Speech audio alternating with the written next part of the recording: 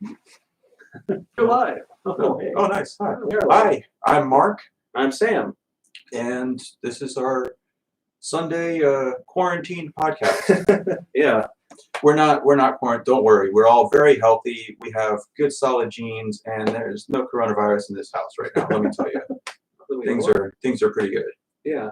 No, we're doing pretty well. We decided to go ahead and do a live stream since church, our local church here, canceled their services as the governor requested for everyone to. Everyone's canceling stuff now. Yeah. So we went ahead and decided, hey, for Sunday night, we might go ahead and do a live stream, see if anybody wants to do any Q&A, see what other topics come up, and just kind of try. It's actually our first time doing something live, so we'll probably mess something up somewhere.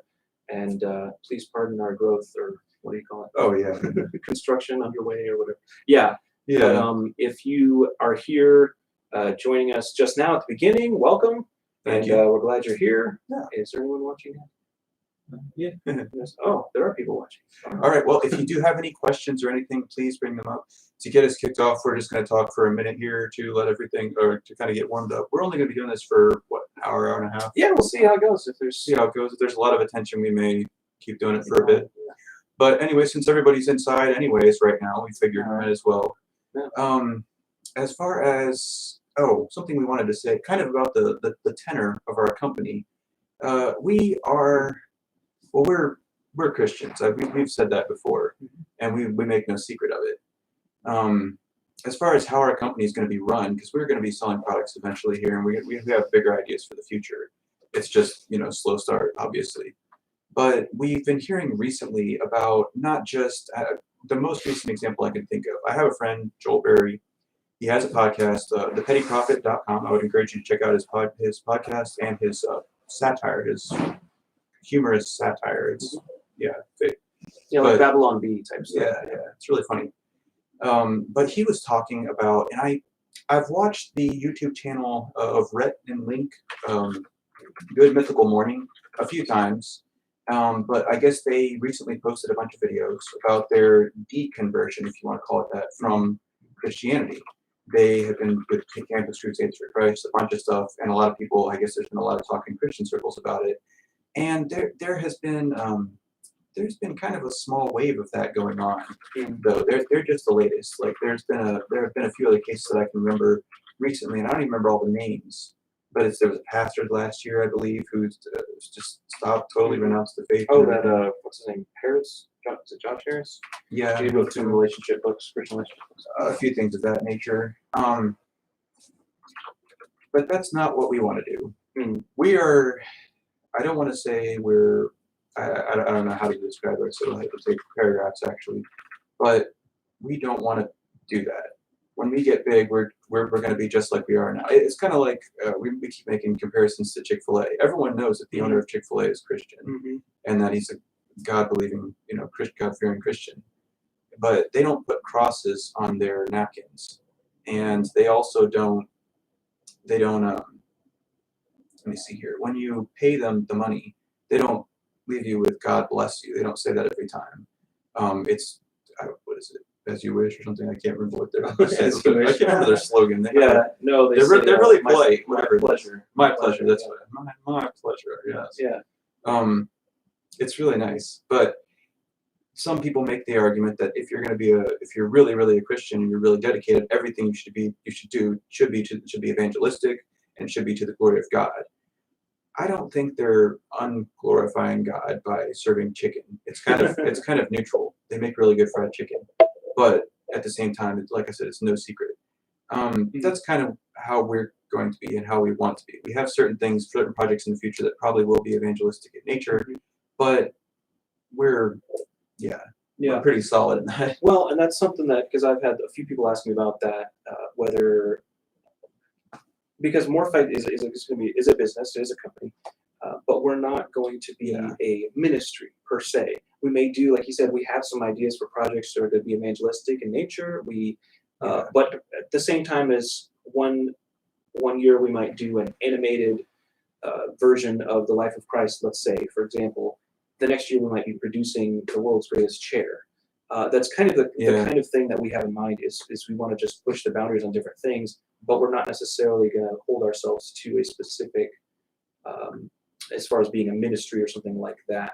But we also don't want to hide the fact that we're Christians. Obviously, we talk about it. In fact, when it goes up later on this month, we've got our interview we just did with Jeff Johnson, a great guy from our church. Yes, that went I well. really appreciate everything that he did for us to accommodate us in his home and everything to be able to do an interview with him. But throughout that conversation, it just naturally came up. We were talking about engineering and audio and all this different stuff. But just as a natural byproduct of that, if you're a Christian, it comes out. You'll end up talking about it. A lot of the things we want to pursue is for the glory of God, is to use our God-given talents and abilities in a way that honors Him, while also encouraging other people, entertaining other people, and whatever else we can get into. So that's kind of, I guess, kind of the main thing we wanted to get across there.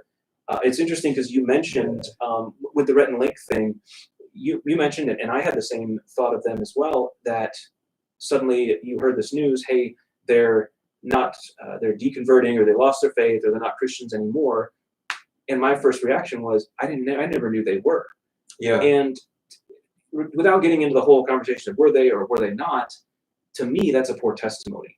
Because as a Christian, people should know you're a Christian. You don't have to tell everyone, but when you go to a new workplace, for example, everyone notices within the first 30 days, oh, hey, this guy doesn't cuss.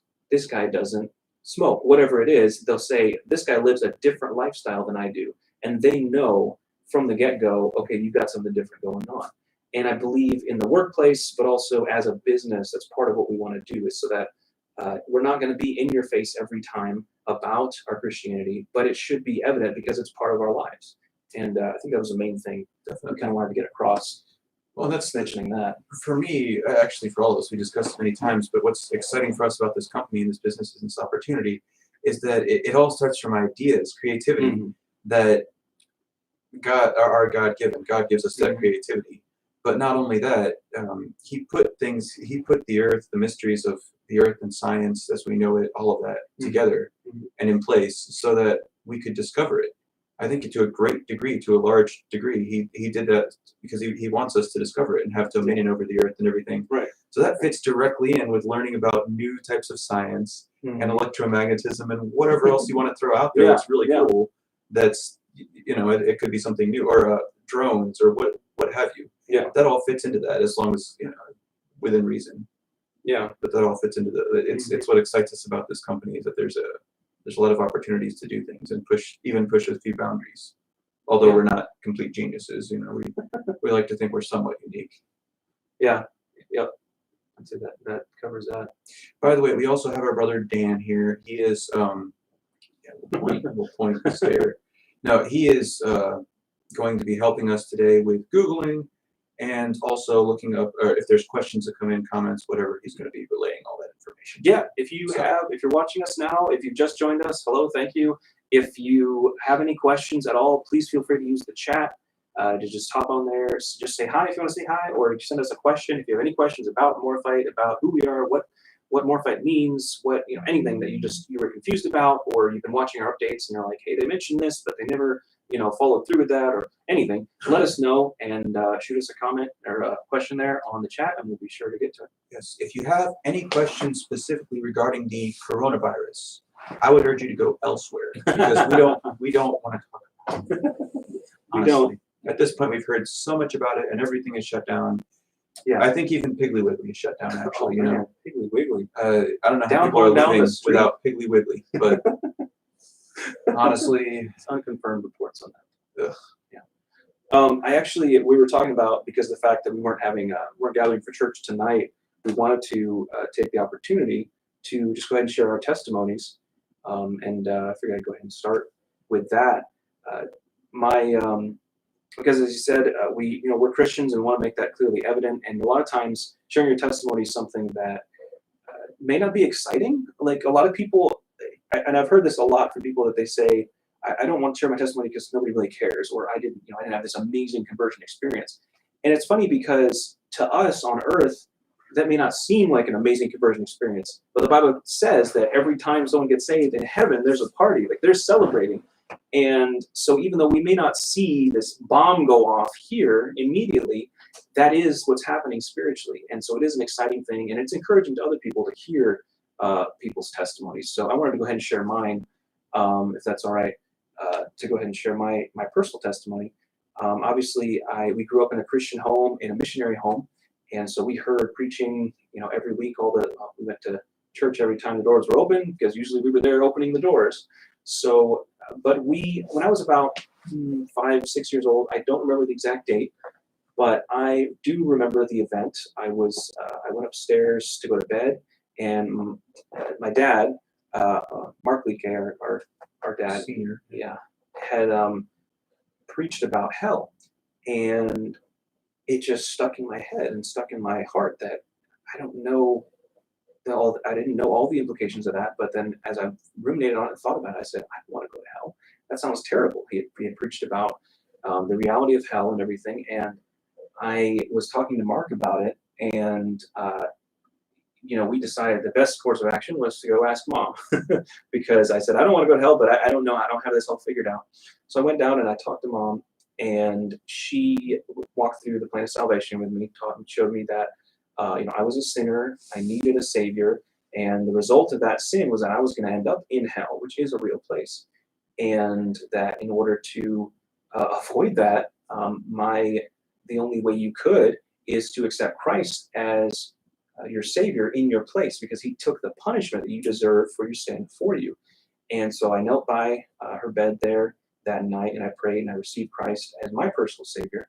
And what's interesting is that my story from there was baptized, not long after that. But my story from there is similar to a lot of people's stories that grew up in a Christian home or a pastor's kid, where you then grow up, you go into church, you're doing all the right things, but over time, I started doubting that salvation. I started asking, am I really saved?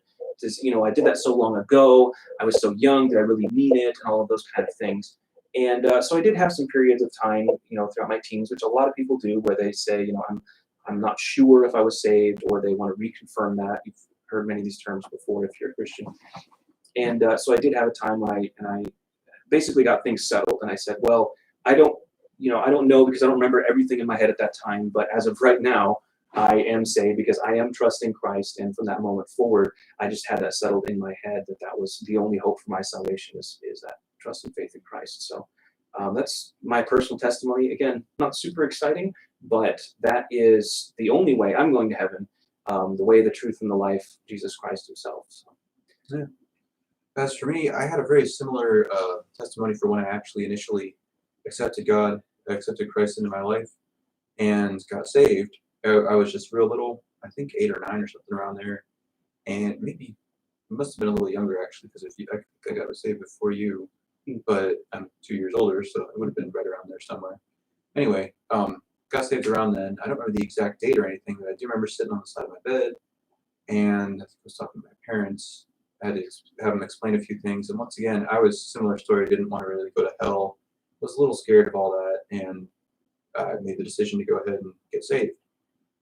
Once again, same deal. As time went on, I kind of questioned things a little bit more. And growing up in that, you really take some of it for granted, and some of the things that you're taught when you're young. So I was kind of the black sheep of the family. I went off after high school and kind of did my own thing.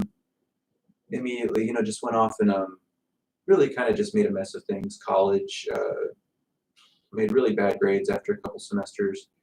I started living with a girl and stuff. I got into drugs real heavy after that. After a while, went down to Louisville, Kentucky for a bit, which I can tell you right now has a lot of bad stuff going on down there. I know firsthand. However, I reached pretty much rock bottom down there. And when I was there, I found myself on the street at one point, just homeless, no drugs, no money, or drugs, and also addicted, and a girlfriend had just left me, and all. It was just, everything was gone. I was pretty much as low as I could be. But in my time of need there, when there was nothing else out there, I prayed, and I remembered the faith that I used to have, and things started coming back to me, and I asked God for help. And it was a very slow process. It took a little bit. It wasn't all right away. But I started working and just trying to be honest about things in life, and taking some stock and some personal responsibility in who I was and what I needed to be doing. And realizing that God didn't want that for me. He didn't want me to be heavy on drugs and out on the street or something. Anyway, I eventually slowly came back, moved my way up to Indianapolis for a friend's wedding, and ironically just ended up staying after that. Everything just worked out. God worked out stuff after that. I started working real hard, and I was actually the first one of us here, and started my own painting business with another friend. And then Dan ended up coming along. He helped me out with that, and now we finally just roped Sam into this whole shebang. And our sister just said no. She's still staunchly opposed. So. Yeah. Sorry, I don't know what to say, Libby. It's just kind of lost cause there. But anyway, anyway, we love our sister as well. But that's why that is partially our motivations in starting some of this. To start something all together and do something positive. Yeah. That could help people. Ultimately, we really want to help people. Yeah. We want to make the world a better place. That's what we want to do. We really do. Yeah. It's funny because we have those discussions a lot of where our faith intersects with our business ideas and propositions we have, and because we're constantly talking about avenues we want to go down. We've got projects in the works, as we mentioned before. We've got the Sonar Box, and we've got a book later on in the year. A lot of stuff we have a list of ideas too that we haven't even fleshed out yet. But what was interesting was, especially with that topic coming up about all of that recently, is that idea of how much your Christian faith and your Christian life impacts then your business and your work. So often here in America, we create this divide where I have my work life, and I have my home life, and then I have my church life, and everything's on all these boxes. And that's not the life that God's called you to. And it also doesn't really make sense when you boil it down. You're going to end up running into problems. You're going to end up never feeling like everything's connected, because it's not. You're trying to maintain these different facades on different levels. And so that's something that we wanted to make clear. We wanted to have as part of our motivation from the outset, is that that's going to be part and parcel of everything. Like if you're supporting Morphite, you're supporting the work that we do to glorify God, and that's part of what we're doing. And I think God's going to honor that, and I think it's also what God calls any business person to do.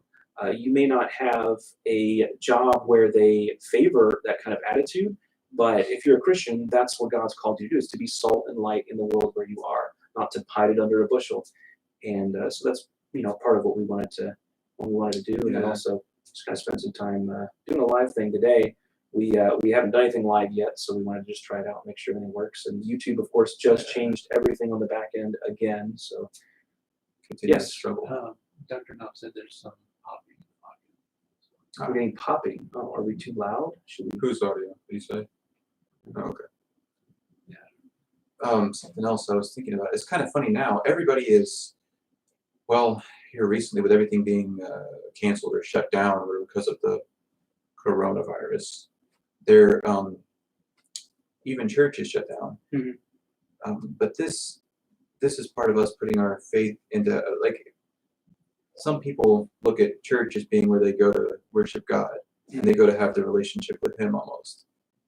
But to me, it's different, or to us, it seems kind of different. Like this company, this everything, we try and maintain our relationship with God every day, which is what we should be doing as Christians. So just because we can't meet in a physical church right now, we may not have communion with each other. We may not actually have as much fellowship right now, but we should still keep up our relationship with God. That's really what it all comes back to. Yeah. And if you're living by faith or through living your faith, then you are doing that daily, hopefully. Yeah. And I would like to challenge everyone to do that too. Yeah. They did do a live stream this morning. To their credit, Birch Terrace did do a beautiful live stream. It worked out well. Congratulations, Tim, if you're watching. That was really good. Yeah. It looked really good. And I liked how you did the music at the end too. It kind of made it feel more like a service, just reverse order. Yeah, being able to do that. That's cool. Was there any questions coming in yet, Dan? Anybody ask anything? No? If you guys have any questions, any comments, anything, please feel free to throw it on the chat. If you don't want us to say your name, just say that you want to be anonymous. We won't call you out. If not, this is going to slowly devolve into conspiracy theories. So just fair warning right now. We just happen to. But apart from that, I do want everyone to know that we take this podcast and this whole channel, everything, very seriously. This is our life, so we want to make sure everything is done to the glory of God and all very professional, decently and in order. We try, anyways. We work really hard. We want to maintain that air of professionalism with whatever that we do, so that people can tell that we're trying. Perfect, but we're improving little things here and there. So, let me see. There's something coming in. Anyways, What do we have, Dan? What was it like growing up as, and I think they mean MK, yeah. Oh, what was it like growing up as an Oh, MK? we There's actually have stories tons there. of stories about that. That could be the rest of. You know what? That could easily be the rest of this podcast. If no one has any more questions, we could go on. We have stories. We have all kinds of things actually. Well, I But would say in one of general- one of the things that's in our situation specifically was we were the gringos. So we were in Ecuador where they speak Spanish, where everyone there Oh, has yeah. darker skin than we We do. were in Cuenca, Ecuador, just to be clear. Yeah. And that's one of the things from the outside is just whether you're even a missionary or not, if you're a white person there, you're just different. You're not one of the natives, you're not from there. When you speak Spanish, you're gonna have a little bit of an accent no matter what. So that was one of the things. I don't know if anyone has had that chance to move from one socio-political climate to another, like moving across the United States, for example. It is a different culture. If you move from California to North Carolina or something like that, like it's very different. If you've ever experienced something like that, that is one thing that we went through for sure. Yeah, military kids understand that a lot because they move around a lot. So that was one thing. Is just you just automatically you're kind of an outsider. Now the people there at the church that our parents started were very warm, very welcoming. It was a good environment there. But that's just one of those things of just you're always a little bit fish out of water. But what's funny about that is, and I remember seeing an article talking about this, that idea of a third culture kid. What's funny about that is you're out of place there a little bit, but then when you go back to the United States, you're out of place there as well. And because you're growing up in a different place, a different culture, all of that, and then you go back and no one else shares those things. So I remember when we came back and I went to school, there was some kid who didn't understand, obviously didn't understand geography, and he kept calling me Jungle Boy. And that was at the school or not. Yeah, for a little while until I just made it very clear to everyone I didn't live in the jungle. Like just because you're in another country doesn't mean you're in the jungle. Yeah, that's your new nickname. And oh, thanks. But it's just funny how people speak from ignorance so much because they don't have any clue as to how life was different. So that was one of the biggest things I remember. But as far as growing up as an MK and in ministry, like I said earlier, we were the ones opening the doors. We were the ones picking up and putting up the chairs. And so anyone who's been a pastor's kid, we lived that life as well, at the same time. And when you're a missionary, there's nobody else around doing that stuff. That's one of the great things at the church we're at now is, when it's time to pack stuff up or to set things up or to tear things down or whatever, there's a lot of helping hands. As a missionary, you have to do everything yourself. There's no one there. Once you get the church going and there's people there, they'll contribute their time and all of that. But especially at the beginning, there's nothing. Like you're there. As far as physically, God's with you and God brings you through all of that. But that's one other thing that I think has affected our mentality is the DIY life of that. Of it's okay. If something breaks, you got to find something. You got to fix something. Figure it out. That's our dad just all the time was figuring things out, fixing things by hand. Whatever, because you have to. So that's another big missionary kid thing, I think. Yeah, there's a lot to that, but also I would say one of the biggest things about being a missionary kid or just an MK, we'll say, traveling. We did a ton of traveling everywhere. Yeah, that's true. And this is back in like the mid '90s. Yeah. So I mean, not that it really affects it too much, but we didn't have Google Maps or anything like that to entertain us. Like there was no. There was cassette tapes. There were books on tape. We listened to Hank the Cowdog and stuff. We were listening to all kinds of crazy homeschooler stuff. Critter County. On the road. Adventures in Odyssey. Like all that kind of stuff is what we were listening to on the road for hours and days on end. Yeah. Oh man. I'm actually glad that VeggieTales was not out back then because that would have been annoying. Yeah. But there was a ton of driving is what I remember. We drove a lot. Because even down there, you drive everywhere, and it's dangerous down there. But then you get up here, I mean, not so much danger as like just long-winded. We drove to like nearly all 50. I mean, I don't know how many states, at least 40-something of them. And we went through, and we had to every time you come up like every couple of years to raise more support as a missionary. Right. You go around to a whole bunch of churches. Give your little speech and show your little slides. Yes, there was a slide projector with a clicker, and you youngins won't remember that, but you have a presentation, and then you try and get support from the church or get them to support you with your missions work. And in general, we did a ton of that, like every, like I said, every so often. And we do like a year of that at a time, just a year of traveling around the U.S., which can be rough. As a kid, you're just through with it. And then you get done with all that, and you got to go back down there. And then, like you said, there's no one around, like, to help out. You're starting a church. So there are pictures still. I had one on my Facebook not too long ago of me, little Marcos, out front of our house, handing out tracts to passersby and inviting them to our little house church that we were starting. Which, well, I'll just be honest, I didn't want to do that. But Yeah. But I mean, it looks cute now in the photos. I have my little sweater and everything, my little comb over. Yeah. Anyway. Well, you have more questions coming in? Well, somebody asked about the diversity in dress, Why so much diversity in what? in terms of dress. I In guess terms that's of dress. Oh, in terms of What does how that we mean? dress? Like in this video, like the fact that I'm Oh. wearing a tie, is that? The me wearing shorts thing is just a joke. We were just being silly. And I just actually change up how I dress just about every episode. I don't know, because I don't look the exact same every time. Is it That's yes? about it. Oh, yeah. It's a light sense of humor. It was all my idea.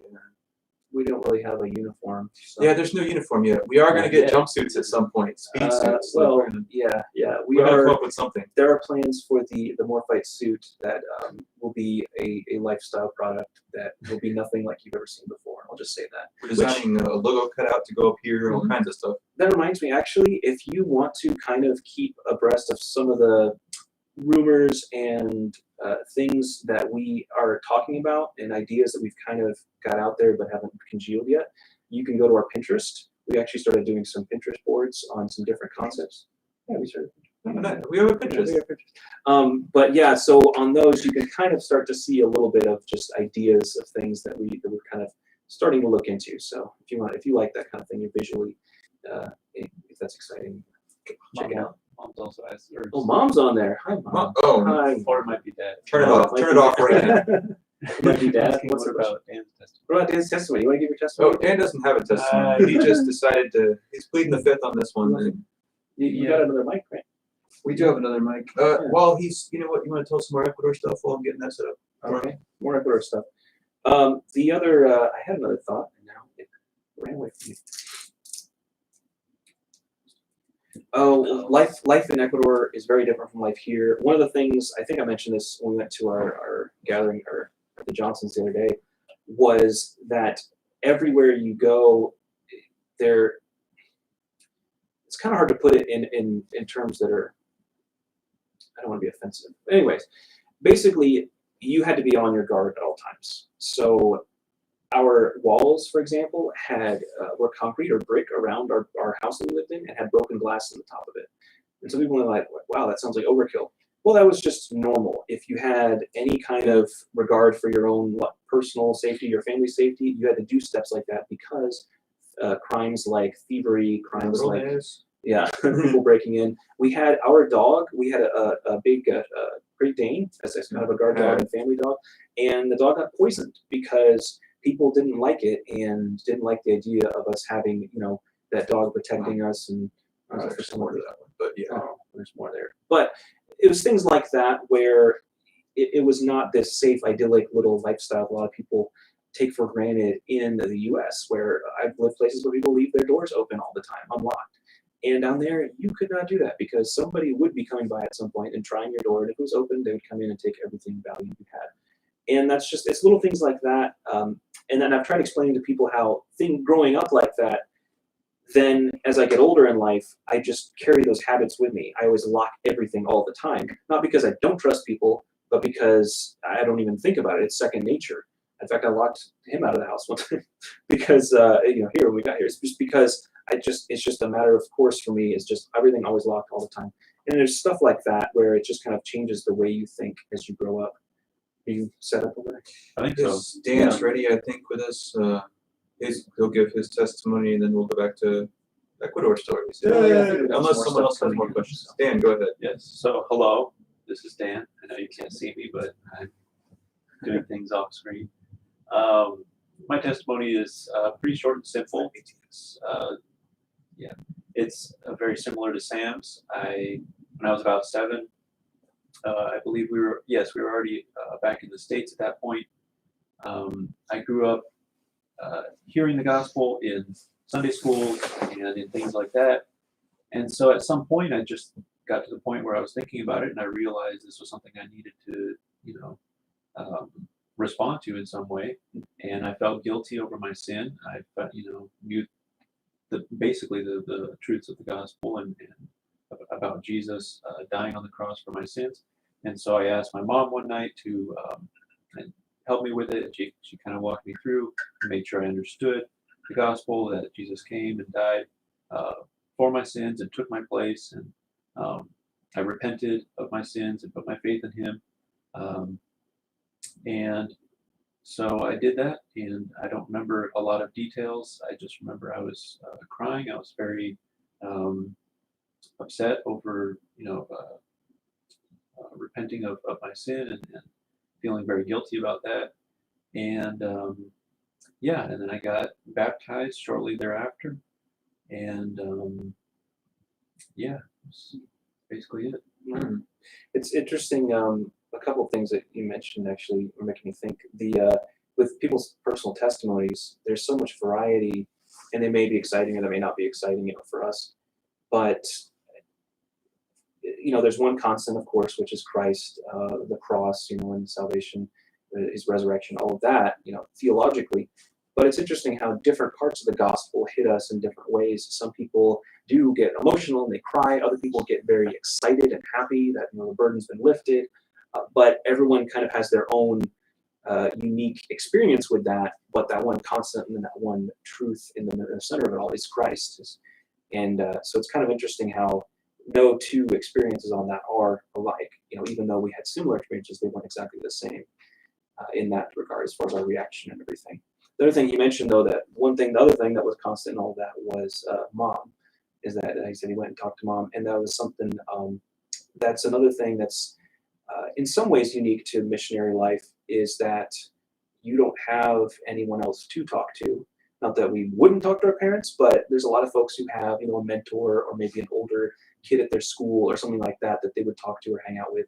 But being homeschooled and being a missionary kid, that's pretty much all you could talk to. We had each other and we had our parents, and that was it. So in some ways we grew close to our parents, especially mom, because she was at home more. And it's just a more unique relationship, I think, in that way with our parents than you would have growing up here, where maybe both your parents are working or you hang out a lot with other people. We tended to stay at home a lot of the time. So that's another thing. Oh, one thing we got on there, Morphite BTS. Morphite This BTS. is What is it really? Quick note, Yeah. BTS stands for Beneath the Sewers. No, I don't remember what it stands for now. Yeah, behind the subscribe wall. Yeah, that's Something- well, that's essentially what it means. Yeah. We basically. meant to make it mean behind the scenes. It's supposed to be short for behind the scenes, but we didn't put that anywhere in any of the description link or anything. We're fixing that now, I believe. Well, not but right now. Just anyways, We'll yeah, fix we will fix that. It's just behind the scenes is all that means. Right. And that's just it's just more content that we're doing. I think we described it somewhere else. It's just more content we're doing that's on our subscribe star, yeah. for everybody who's It's paying. It's actually kind of similar to what we're doing right now, but not live, obviously, is that we have a little more conversational thing where we can kind of talk about, because we do our Morphite updates, we're doing those once a month, and that's a little more formal as far as, things that have happened at Morphite and maybe some plans for the future and that kind of thing. But with the behind the scenes, it's just kind of a chat time for us to maybe talk about some other things and other ideas we've got, or business things, things that are a little more particular to Morphite that may not apply to other companies and that kind of stuff. But a time for us to just kind of get a little more casual on some of that and just talk about it. So. It's early access to everything, but on top of that, we are coming up with more segments and things that we're going to be doing specifically for our page. So like right now, it's just the chat stuff, but we're going to be coming up with more content that only is exclusive to subscribers as well, and we'll offer previews and stuff of that as well. Yeah, and on the Subscribe Star, it's subscribestar.com/Morphite, and we've got the link on our website, and on most of the YouTube videos you can see it.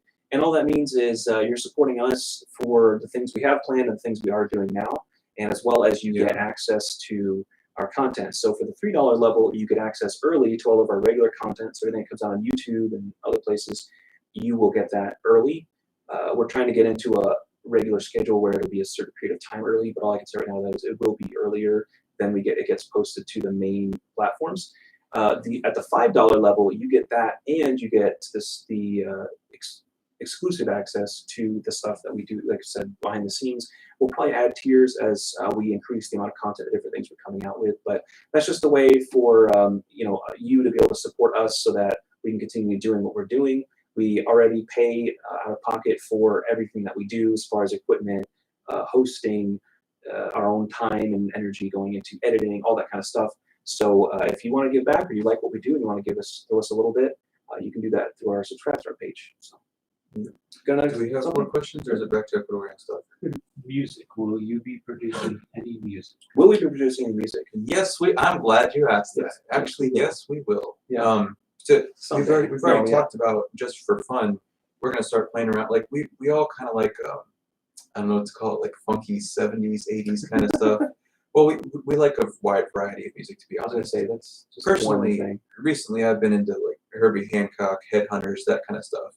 It's just real funky. But we've been talking about jamming. All of us play instruments, so just something instrumental like that we may start doing here soon. However, on top of that, we are planning on making some music as well. Like not a full-on band, unless it's for VC5.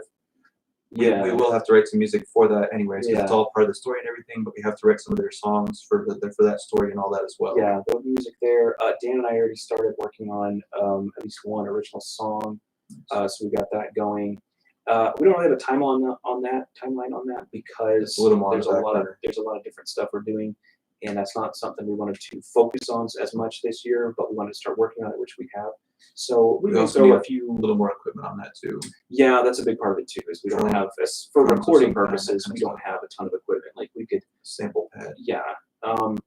So, you can look out for some of that in the future. We may do maybe some demo stuff where we kind of show you stuff we're working on, but I don't know that we'll be releasing any production type stuff this year. All it depends on how things go. So Yeah. it's kind of a Actually, we're going to be gearing up for a Kickstarter here in the summer in a couple weeks. weeks. Yeah.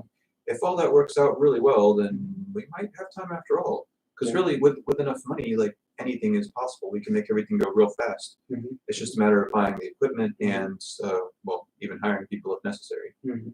But that's all going to happen. It's just how fast it's going to happen, basically. Right. More questions or comments, or back to okay. So I guess back to being an MK. We had I've shared some of those stories from down there with our group at church, and some of the people there know. But there's all kinds of stuff. The people here do not know, some of them do not know how great we have it here in America. We are so happy to have our freedoms and to have things happen in mostly an orderly fashion. Like there is justice more so than there is in other countries. Mhm. Certainly does not exist in some parts of, definitely parts of South America. Mexico's pretty wild in places. Like Yeah. I'm sure you all have heard of that. But yeah, I guess one I told not too long ago with our group was that my dad loved to go out and run errands in the city in Cuenca, and he would often take me with him. And this is something that he gets along really well with people. He can talk for a long time with strangers that he's never met before. But because of this, he's got a guy down there. He had a guy for everything. There's a lot of tradesmen down there. There's people who will make. Yeah. There's a carpenter. Cool. Yeah. There's an actual cobbler who will make shoes. There's a tailor. There are people. Sure, they have stores where they sell all the clothes and the other things. They sell all that stuff, but it's way more expensive. If you're going to pay that amount, you could get a better deal or get really nice custom-made stuff from someone who just makes it for a living.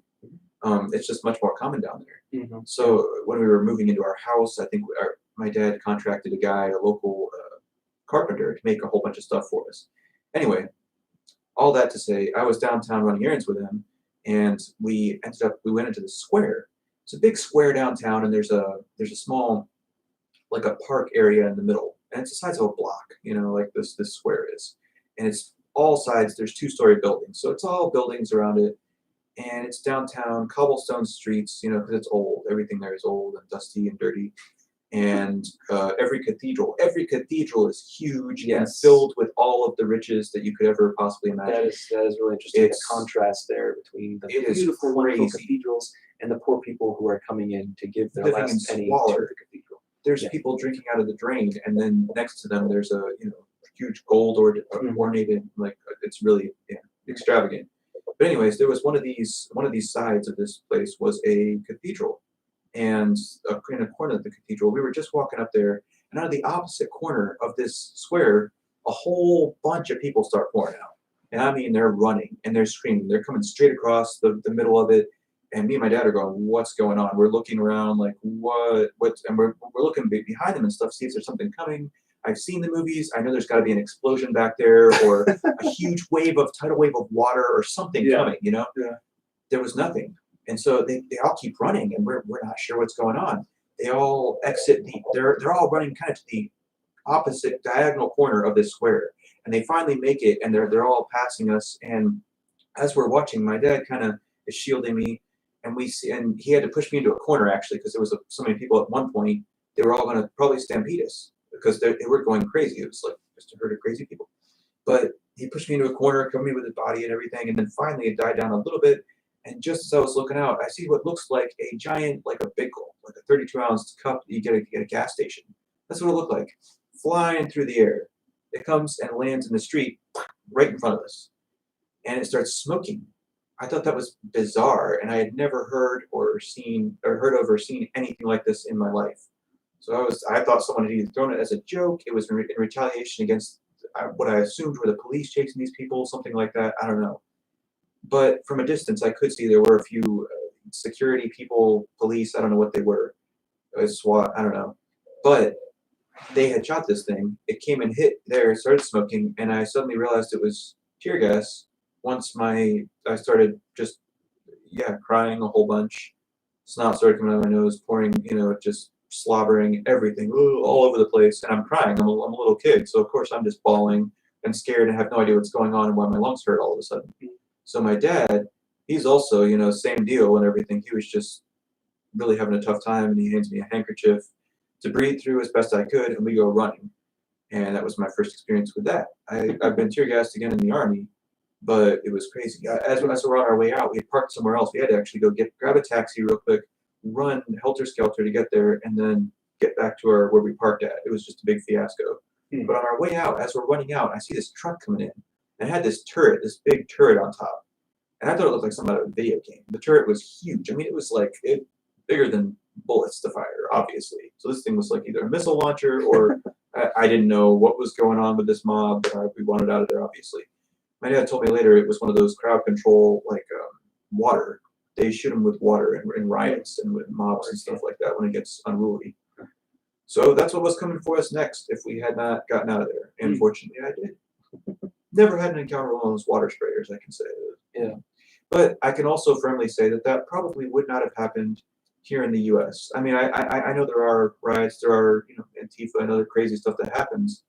But it's all small incidences. The police are there to help. To an extent, they're controlling things. Nothing gets that out of control usually under normal circumstances.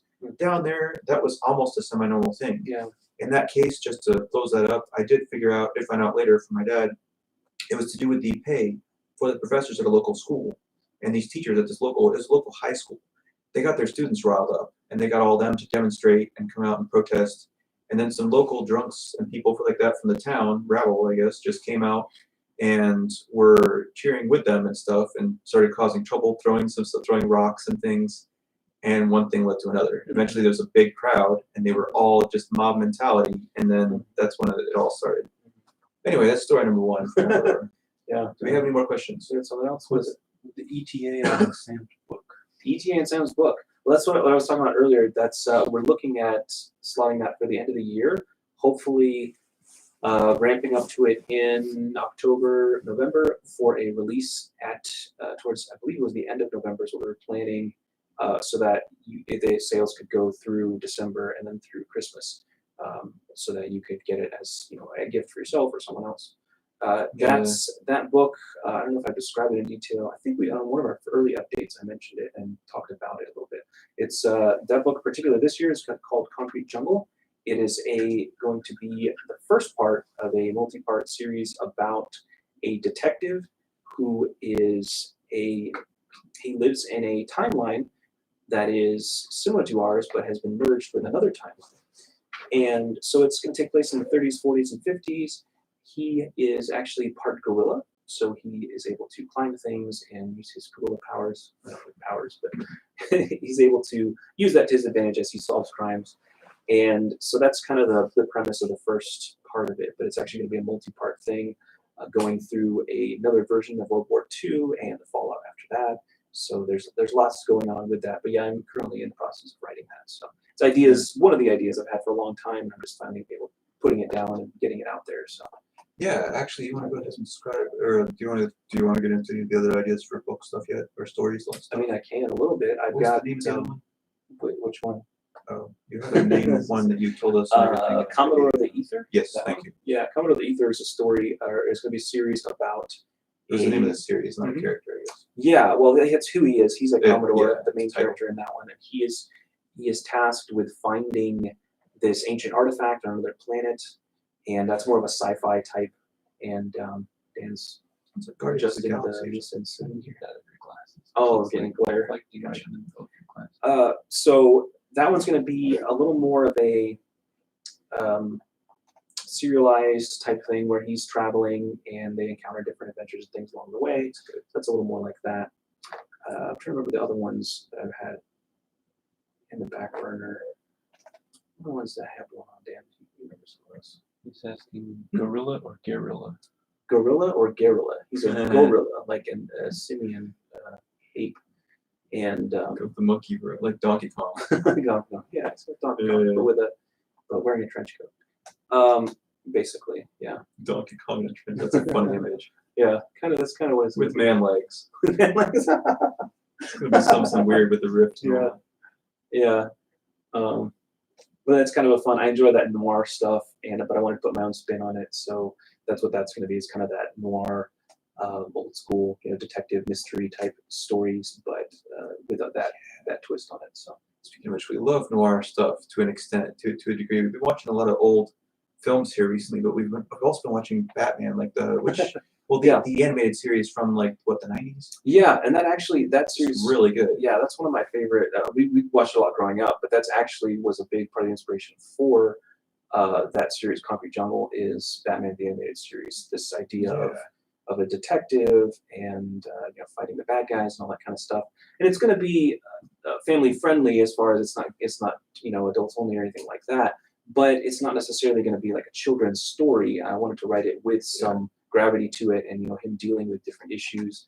But it'll be accessible to readers of all ages. So that's kind of where I'm at with that. Batman also takes place that series takes place in the 60s or something, right? Actually, they never really say when it takes place. I thought you told me it was in the 60s. Huh. I don't think so. It's Gotham City in Batman, but it's kind of Gotham City is like this timeless, its own world basically. It's kind of like it exists whenever they choose to make it exist. So. We also like old film stuff. We've been watching here recently, The Thief of Baghdad, the old one of the old ones. I guess it wasn't the original. They made a few versions of it. I found out later. Yeah, but one of the oldest ones, the long one with what's the guy's name? I was forgetting his name. Thief of Baghdad. Thief of Baghdad. Oh. But we watched that. There's a movie called The Cabinet of Dr. Caligari, or Dr. Caligari's Cabinet, something like that. Really old one, but it's where a lot of even Tim Burton and people get a lot of the wavy style of building sets and things. We're into a lot of that kind of stuff, like finding out about the facts of how they did stuff. Mm-hmm. Thief of Baghdad, and right now we're watching an old black and white one, silent films. These all are, and it's called Metropolis. Is that right? Yeah. And they did stuff like their budgets were pretty big sometimes for some of these films, but what that meant back then was a much bigger set. The set is huge, really tall. They constructed some big stuff. They couldn't do it CG, so they constructed a really big set. They could do matte paintings, and that's about it. So. It's neat to see the footage now. And these facts are really interesting to find out. Batman, I was going to mention also. You had told me, I believe, or Dan, that it was drawn on black paper. Oh yeah. They would normally draw on white paper, or transparent or something. Yeah, the regular but they drew it on cells and black stuff. paper so that the Yeah. whole thing has a dark feel to it. Mhm. It's Yeah, just incredible. yeah, that's a Watching really back interesting through it, series. It's formative of what a lot of people think of Batman as a character. No, absolutely. Any other questions coming in? Anything different we haven't answered yet? Yeah, okay. Yeah, feel free to ask whatever. I mean, obviously we're comfortable answering just about anything Yeah. within reason. Otherwise, we'll just keep rambling about our visions and what we want to do someday. With Metropolis, it was reminding me of You have conversations, a microphone. I don't of need to our relay your- conversations about films and symbolism. Yeah. What were we talking about the other day? Well, we had a good conversation. I feel like we should have recorded that one. Dan and I had a good conversation the other night about those ideas of symbolism in films, of those kind of the visual language that films use, and because that's something we noticed, like in Metropolis, it's an early film. It was 1927, 1929 when it came out. 20, I thought, or when the No, maybe it that's was, the other it one. was yeah, mid to late 20s. And what's interesting is they already had established certain concepts. For example, when they have a flashback and there's kind of this halo effect around the sides of the screen, and Yeah. that lets you know that that's what's going on. They're And kind of that precursor for a Mhm. lot of different things. yeah, and it's that kind of stuff, especially as we're looking at doing animation. A lot of that kind of stuff that is important as a director and as when you're doing creative design, that kind of stuff, is to use visual terminology that people will understand, so that they're not lost in your story. They understand what's happening, and you can be on the nose about it. Like cartoons, a lot of times, the bad guy looks evil, he wears black, that kind of stuff. But there's other things, a lot of things you can do that's more subtle, that'll bring the audience into the mindset of where you're going or who a character is or that kind of stuff. So that's a lot of what we were noticing in that film was that they had a lot of that going on, and this is early in filmmaking, so that a lot of stuff they're the ones establishing it hadn't been established yet. Plus the emotion these characters establish and emote what they're putting out there, the feeling of it is very. So it's often dramatic, but it's interesting how much they can convey without any kind of sound. Right. All you're hearing is like a background track or something that was made to go with it. Sometimes it's not even the original track, but you're just hearing something that's music going along with it. And in that same way, it's just something that's really struck us about. There's a lot of different things like that through music, through silence. You can still convey a lot of meaning. Yeah. And it's almost a lost art in some ways. I mean, you don't see it very much anymore. Not as often. To an extent, we're probably going to do some stuff with that. I mean, we have plans for stuff down the road that's going to incorporate that. It would be either purely music, purely instrumental, or even silent, maybe. And it'll probably just have music.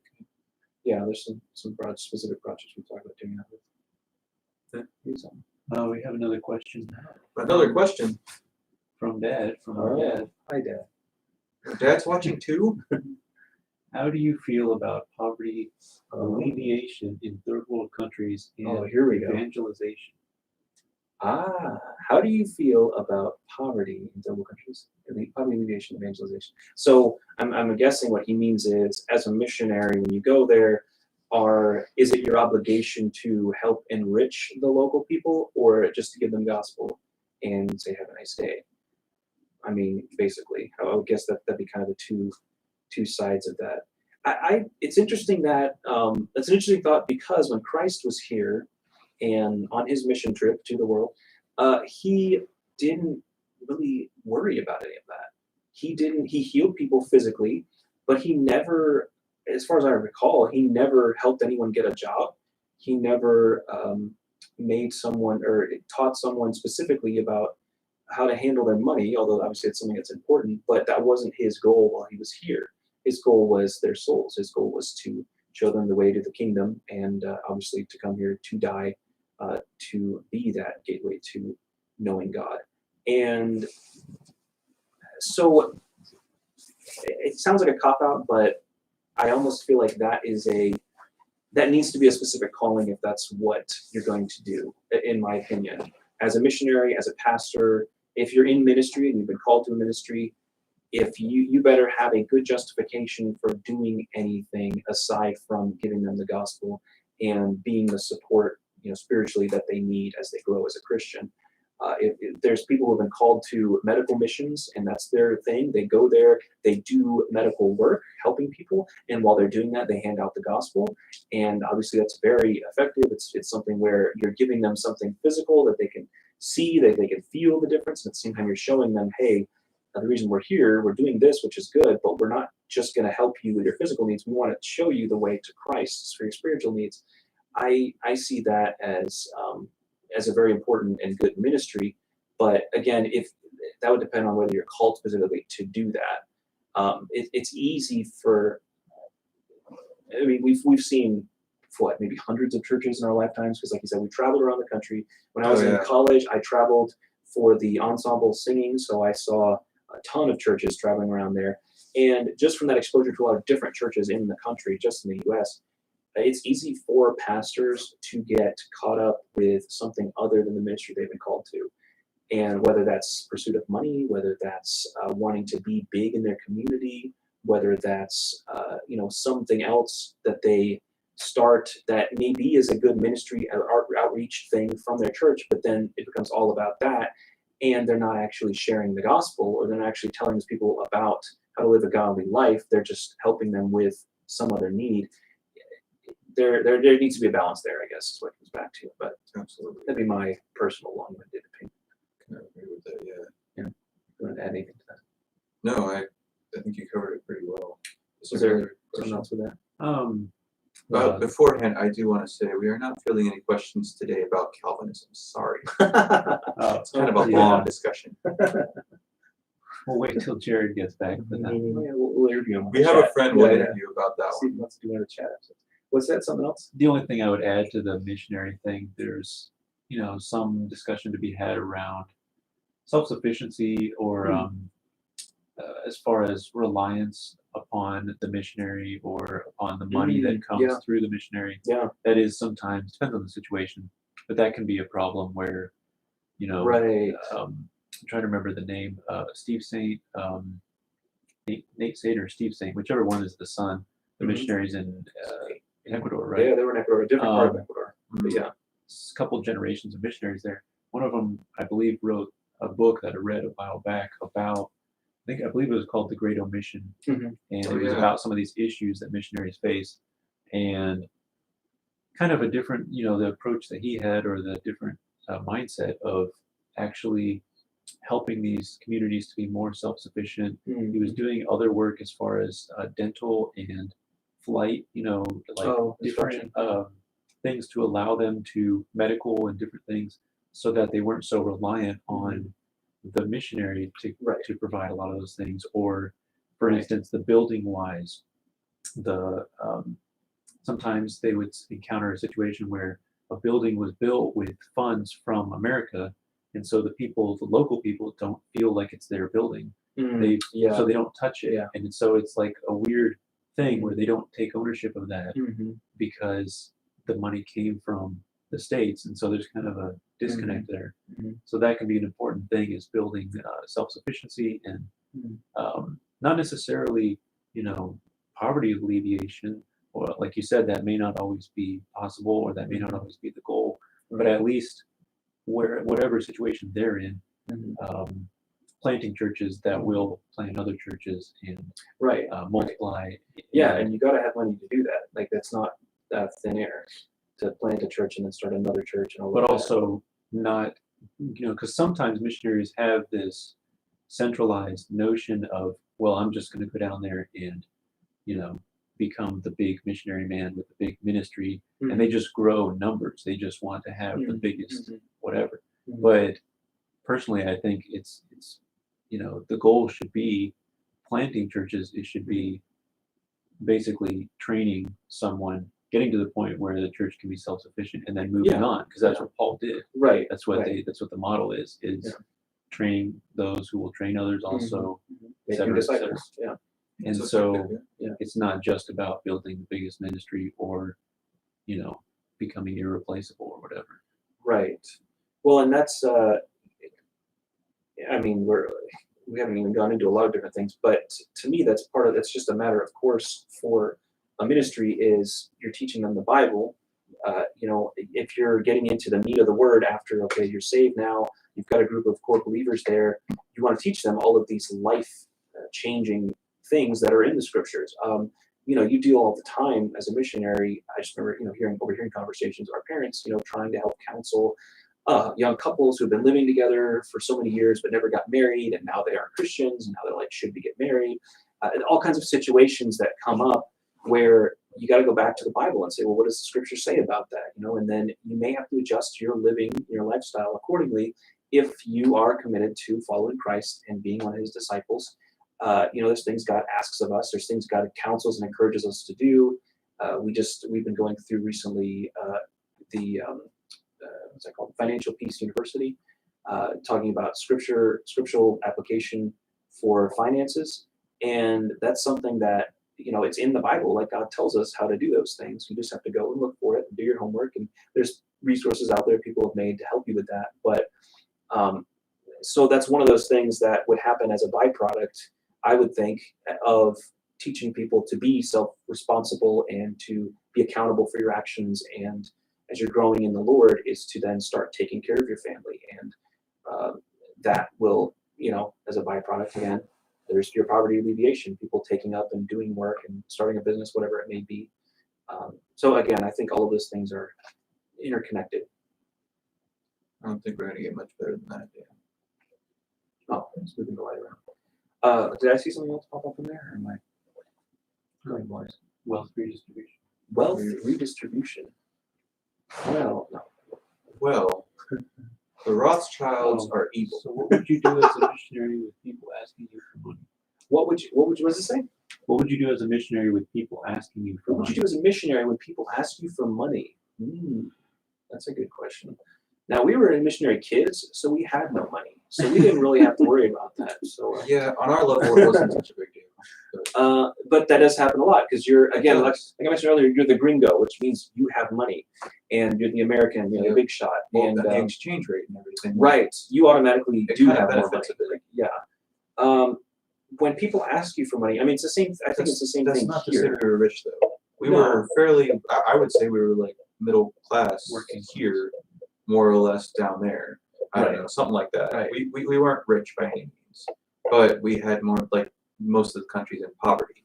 Yeah. So by comparison, we were definitely richer than the rest of the city, or like a lot of people Yeah. there. Well, and that's part of the responsibility too when you have wealth, I believe, is to not necessarily give it away to people, but to use it then as a tool to show them Christ, or to have gatherings in your home because you have room for that kind of thing, hospitality, that kind of stuff. As far as people, if someone just asks you for money, the danger in that, and this is again my personal opinion, but the danger in that is always, and I guess you've had experience with this, people ask you for money to go buy a drink, to go buy drugs, whatever it may be. They're not asking you for money because their family's starving somewhere. They'll say that, but most of the time that's not the case. So, well, then what do? Well, one of the best recommendations I've heard is take them, say, hey, you need some food? Let's go buy some food.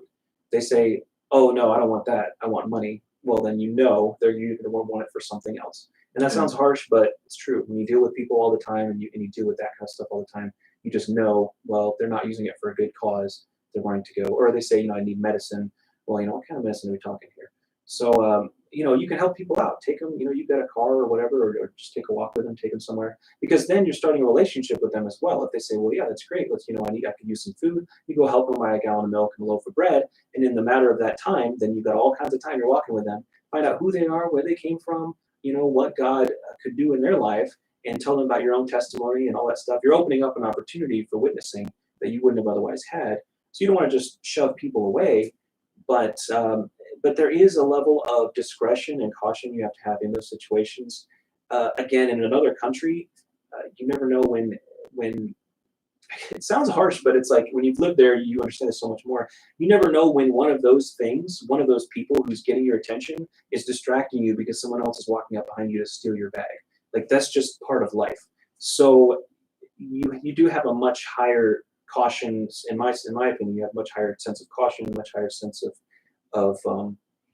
just not trusting everything at face value. And it's unfortunate, but that's just kind of the way life is there. And but then you want to show them the love of Christ, so you don't want to just turn them away. So, anyways, that's kind of my thoughts on that. I don't know if you have anything else. Well, to address the wealth redistribution thing ties into this a little bit. These are just my personal conclusions. Once again, please don't get too upset if it, I hope that I don't offend anybody. But when I was down in Louisville and even some other places that I've been and known poor people or people on the street, etc. Down there, though, I knew a lot of homeless people. I actually, for a time, I kind of had to commune with those people. I had to go to the places and eat and everything. And for one, I can say right now, like, if you really have nothing better to do than just eat and sleep and get free money for drugs once in a while and stuff, the homeless is where it's at. In Louisville, Kentucky, you can walk around and get 3, 4, 5 meals a day and for free.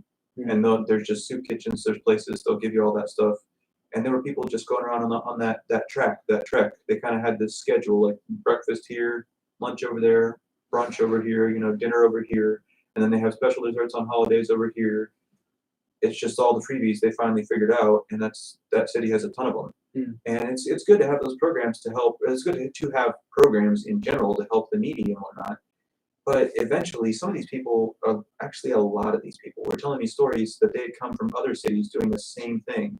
And they said, oh, it's much better in wherever. I can't name a good city because I can't remember. But they talked about coming from Chicago, coming from other places, and making the rounds, going to the major cities. I heard that story so much and heard about people abusing. This was during the Obama years, but I was hearing about people abusing the system for food stamps, right, left, and center, like no other. It was being given away. Section 8 housing. There was so much abuse of all this stuff going on, and I saw so much of that.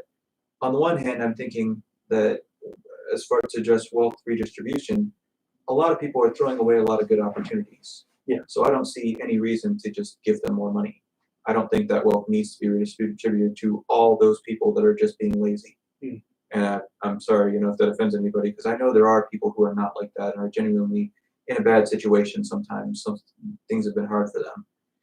But I'm sorry, but the vast majority that I saw out there and directly had interaction with, that was not the case. And they were, a lot of them younger and stuff too. On the other side of it, just my personal conclusions, once again, if you are rich in this country, you have had to work pretty hard to get that money.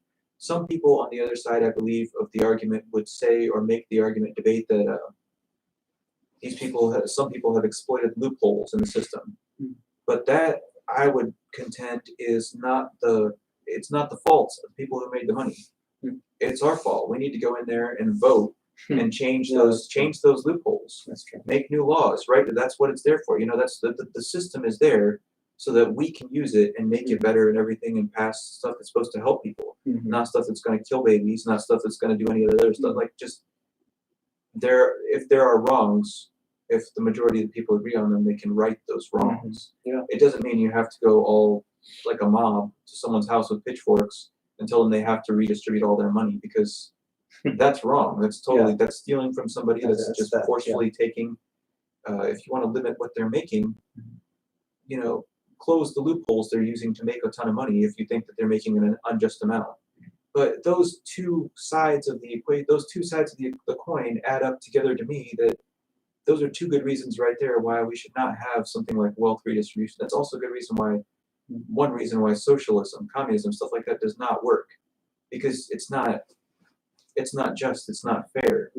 And sure, at the end of the day, the majority of people may agree with it, and it may seem easy at the time, but down the road, that's going to lead to some major, major problems. This nation has a short memory about that stuff. Yeah, it's funny because you were talking about the riots and stuff earlier. We saw a lot of civil disruption while we were there. We didn't always understand what was happening because we were children, but there was regularly, whether they were riots or Fires burning protests in the streets. or things just being burnt.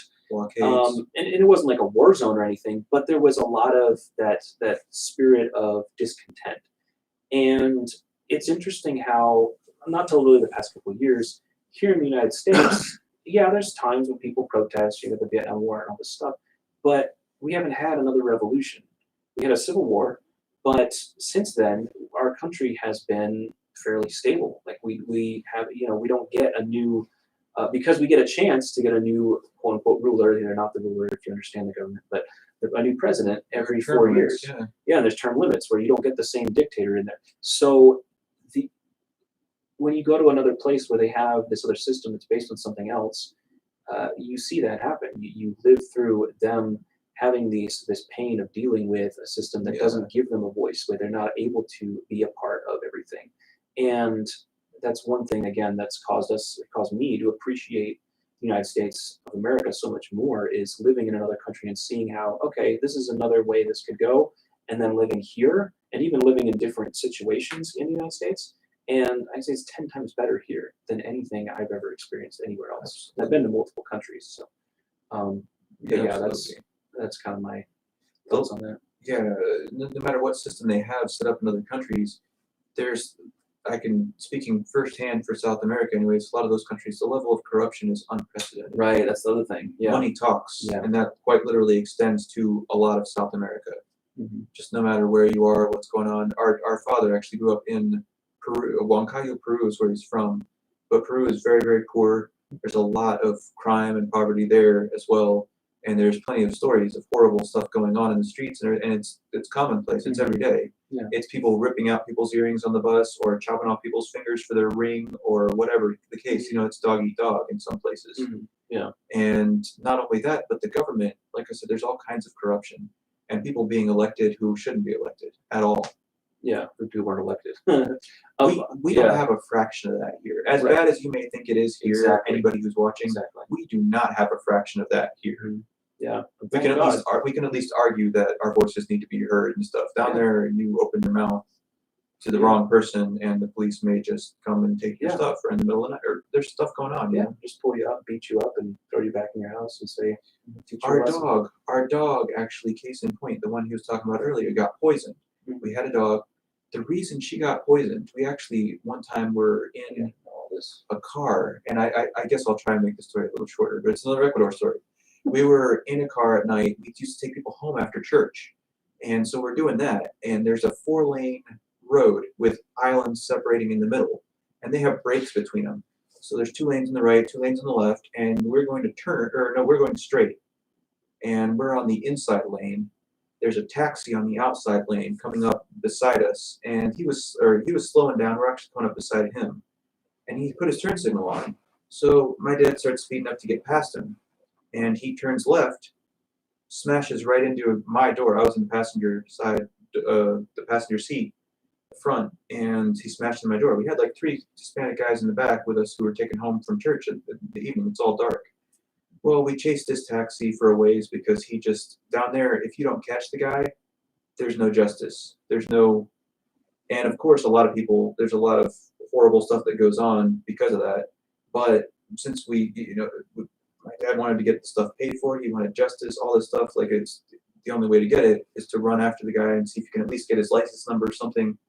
After a long chase with a few other things that happened, he took us out of town and stuff. On a country road somewhere, he went over a bump and his battery actually disconnected. Like God had to have had a hand in that because it was a long chase and we almost did not get him. We got some help from somebody and eventually that person found him. And once we found and caught up with them, they had him tied up. Well, this guy, he was drunk. He had a prostitute in the car at the time. Like it was a bad, bad situation for him. And he knew it. That's why he tried to flee. But since we had him, he was taken to jail, due process and all that. We went through the proper channels and everything, and ended up getting some money out of him, I believe, in court. Regardless, though, this is where the corruption comes in. Afterwards, it's believed he became our trash man in our area, and it is believed that he poisoned our dogs out of revenge. Because he knew where we lived and all that. I forget how exactly we knew that. There was a confirmation somewhere on that. But we're pretty sure it was him that killed our Great Dane and our Great Dane's puppy. Mm-hmm. And that never went punished. The police knew nothing of it. There was no way to get any sort of justice for that at that point. Yeah. And we hadn't, we tried to go through the proper channels after that. We didn't, find the guy and beat him up or anything. We stopped, the locals from doing that actually. Yeah. And regardless, it's just one thing after another down there. It's just the way people are down there. It's the way life is. Yeah.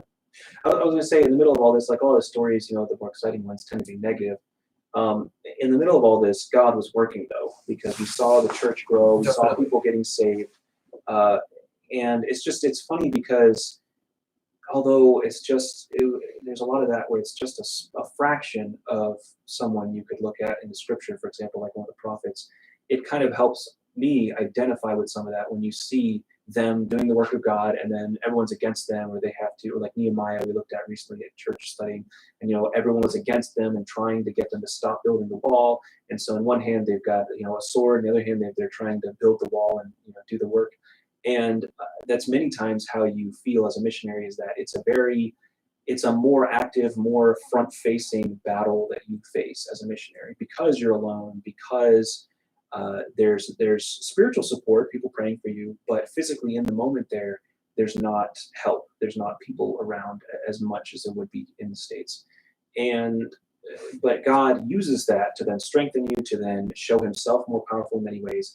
And so there's often, especially when you talk to older missionaries, they talk about all the things they don't even remember, or maybe not even be aware of, all the times that God provided, all the times God protected, all the times God brought them through something that seems crazy from our viewpoint, seems like this never happens, or shouldn't have happened, or it was so dangerous. And God protects and God provides. And so that's, I guess, kind of on the positive side of that, it's neat to see God working through all those situations. Yeah. Well, and it teaches you more to live by faith sometimes, going through these situations, being down there. We were out in the country sometimes down there in the jungly areas or whatever, walking around. There's no guardrails. There's no safety. There's no signs. There's nobody going to stop you if something happens. There was plenty of times. There was one time I pushed you out of the way of an oncoming taxi. That if he'd hit you, he would have been gone. We would never have seen him again, and you would have just been, squashed on the pavement. That's about it. Yeah. But that's another thing. There's like not, I guess, relating to missionary kid stuff or whatever, but foreign countries, there's not as many safety barriers for things as there would be here. There's regulations and stuff here on that, but there's nothing down there. So when you go to a zoo and there's a crocodile, you could get your hand eaten if you're not careful. You could actually stick it in there and boom, it's gone. We actually went to a few places like that. It's cool to see, but at the same time, when you're out in the wilderness or wherever, something happens and you realize that, and you're like, wow, I could die right now, and there's no saving me, and there's nobody to come save me, and it's just, they wouldn't even find out for a while. Like, it's just a little different lifestyle. It really makes you think twice, and also think about dependence on God and things like that. You have something, Dan? Oh no, I'll be right back. I'll Okay. take a quick break if you want to keep talking. I was just going to mention with with all these stories and missionary related things, we should get Libby on here at some point to Yes, would love to have maybe Libby. do a video call with her or something, and because she would have stories of Belize, 'cause we were in Ecuador growing up,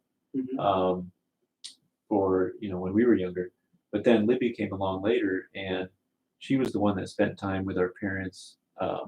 What was that, 2012 to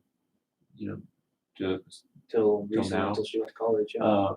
Libby being with them, but as far as them being in Belize, which is in Central America, Yeah. a little bit different situation there. Another, poverty-stricken country, but just, all the stories and things that happened there. And maybe what her perspective would be, because she was a little different age, that was her teenage years. It was a little different because, at least for me, it was like I started off with Ecuador, and then, so I don't remember a lot of it. But Libby started in the States and actually had friends here and had gone to school for a little bit, and then Left. for her teenage years was in Belize. So that's a little different experience. We'll have to get her on and compare stories and the difference in missionary kid life between Ecuador and Belize and all that kind of stuff. It's that'd be interesting to talk about. It does. I would think overall, from the other missionary kids I've talked to, and then all of us have talked about it, is that it makes you appreciate everything in life a little more. You can deal with situations that other people may say, this is unacceptable, this isn't up to my standards. As a missionary kid, you're like, hey, are you alive? Are you fed? Are we okay? Yeah, well, then everything's fine. God's still good, regardless. And so often here, because of how blessed this country is, we take so much for granted, but we also expect so much. It's not just that we take it for granted, it's that those things are then expected. And then when we don't have our nice things that we want, we get very upset and we think that God's being mean to us. It's like, well, you didn't even need that anyways. That's not what life is all about. And so it kind of puts a very unique spin on a lot of the rest of life because of that, because having gone through that and having seen just how bad it can get for people. There was he mentioned pushing out of the way of taxi. It was kind of a regular way of life down there that people would get drunk a lot and get hit by a vehicle and just get smeared into the pavement and just get left there. People being run over by buses. It was actually a common joke in skits and things that an old lady, one of our friends portrayed an old lady getting run over by a bus in a skit, and everyone just kind of being like, come on, like keep going, and the driver just keeps driving, and the lady just kind of crawls off to the side of the road to die because it was such a common thing. Yeah, it sounds kind of dark, but it was regular. That was commonplace, and so it made you, I don't know, appreciate things more, but also not take things for granted. That you could walk and you had life, and so about that. Do we have any other questions coming? Absolutely. No. Oh, okay then. Well, on to the Rothschild. No, I'm just kidding. How long do you want to? Well, it's been a little over an hour, hasn't it? Yeah. So we're if you have joined us since the beginning, we appreciate you joining us. We're glad you're watching this. This is a kind of a rarity for us to do a live stream. Yeah, we haven't. This is the first time trying this. Yeah, we might do one again sometime, but this was kind of a special occasion in the sense that we didn't, church was canceled, and we figured, hey, we'll kind of throw something together here. Thanks for inviting us into your home and giving us a chance to get to know you. But yeah, I mean, if you do have any questions, otherwise we're going to be wrapping it up here. But if you do have any questions, throw it on the chat. You can leave a comment, of course, if you find this video later. We do also want to plug, when we can, that we do have a Subscribe Star. It's subscribestar.com/Morphite. MORPHITE. And on there, you can give us, either $3 a month or $5 a month. $3 gets you early access to all the videos we do that go out on the regular other platforms. And then $5 gets you both the early access, but also access to specific exclusive content. So if you want to skip your latte for the month or decide that you're going to, just be nice to a couple of guys who are trying to make the world a better place to the glory of God, you can shoot us, get on there and subscribe to us. We do have one subscriber who actually, funnily enough, was I don't know if I want to call her out. You're going to reveal the identity of the subscriber? No, but I will say this. She's another missionary kid. So thank you very much. We know who you are. We appreciate you very much. And there's a camaraderie there. So yeah, there's if you want to support us, please donate or jump on there and get on that. Yeah, we got plenty more coming down the pipeline. We have several things we're in planning to come out, whether this month or next month, as far as new things we're going to be starting up. So well, there's plenty right now actually that we even already have. That's just it's taken a bit to edit stuff because we've been busy. Due to be released. Yeah. Poor Dan has just been editing this whole time. Like he just has to do a ton of it. We're actually going to be helping him here soon because we're getting to enough content that we're going to start. Doing that. Yeah, which is good. Yeah, we're trying to make things more regular.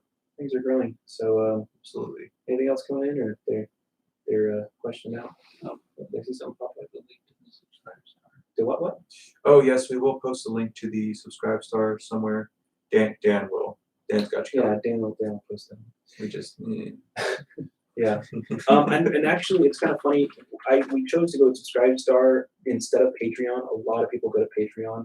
And but I don't believe in Patreon. Well, there was a whole thing not too long ago where Patreon, they've been pretty biased about stuff. Well, yeah, their terms of service, they put out a statement to the creators on the platform saying these are basically there's certain things they wanted them not to talk about or to avoid.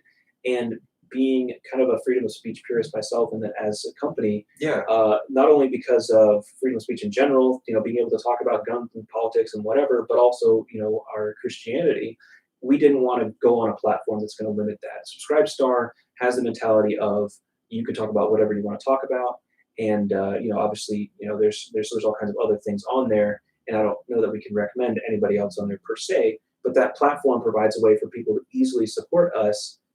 Or any creator without having to, it's a trusted third party.